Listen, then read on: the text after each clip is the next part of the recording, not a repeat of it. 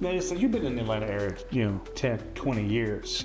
What are some of the biggest misconceptions that you see wealthy homeowners have about their actual home insurance coverage? All companies are the same. So it's a one-size-fit-all thing. It was funny, I was just talking to one of my top producers before we came in here. One of the biggest things we're seeing right now is in the area of coverage, especially for high-value homes. I literally just got off the phone talking to her about this. For example, in California, they just said 70% of the homes in California are either not going to be covered or way under covered. It's a big, big deal. And the reason for that is the number one writer out there, and some of the other companies as well, are underinsuring those houses. And what we run into is you might call us and let's just say your home could sell for $2 million. And you call us for insurance and you've got a policy that's $2 million, or sometimes they underinsure them 1.8. We may call you back and say, hey, we got to insure this house for $3 million because the replacement on this house is far more than the value of it. And it's a difficult thing to understand when you're talking to, wait, my house is worth $2 million, you're telling me it's got to be $3 million. But the fact is, to replace that house, to put all the things in it, all the special things you have in it, yes, it's going to be $3 million. Again, you can take a chance and say, well, I'll just insure it for $2 million. And if a tree falls on your house or something like that, you'll probably be okay. They'll pay all that. But when that thing goes up in flames and it's all totaled, that's an issue, because then the company comes back and says, well, it's insured for $2 million, you get $2 million. Sorry, I hope you got the $1 million to cover the rest of it. Now, you mentioned a question that I used to get asked all the time when I was an independent insurance agent years ago. And that was, hey, if a tree falls on my house, who's responsible? That's a great question too.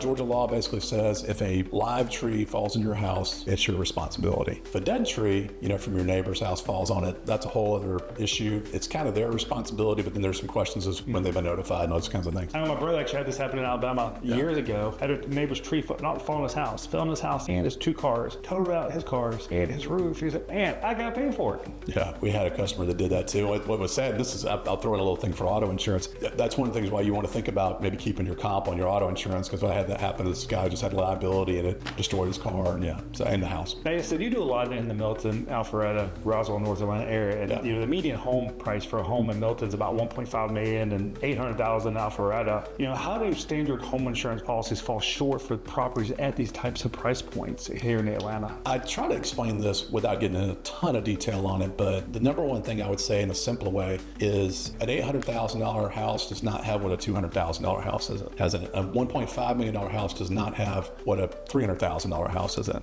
Just for example, a $1.5 million house might have a grand piano in it.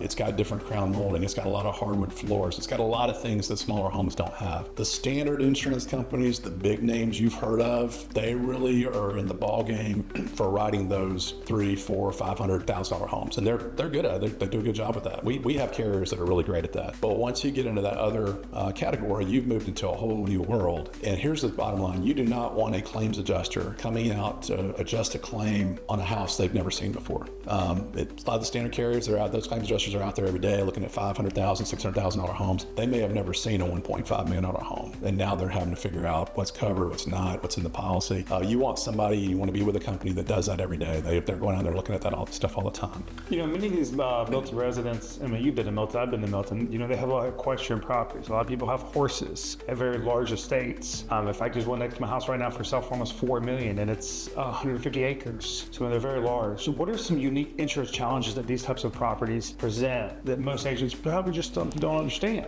First of all, I would say customers need to disclose that, because a lot of times people call up and say, hey, I want to get insurance on my house, and they don't disclose that they've got 4 horses and they're raising chickens and everything else. So the first thing is let whoever you're talking to, let them know everything about it, and that way they can evaluate properly. But once you've disclosed that, then it gets into, okay, is this a big farm? Is it a small farm? How does the insurance company look at it? And different companies look at that different ways. Some companies, they're like, absolutely no animals, we're not going to insure that. Others are like, well, you can have 1 or 2 horses, or you can have a chicken or something, however. And then others are like, well, once it gets to that level, it's kind of a farm policy, and you take a look at that. So yeah, you want to make sure, it gets back to that answer I gave earlier, was if you got something complicated, you want to make sure you're disclosing all that to the insurance agent.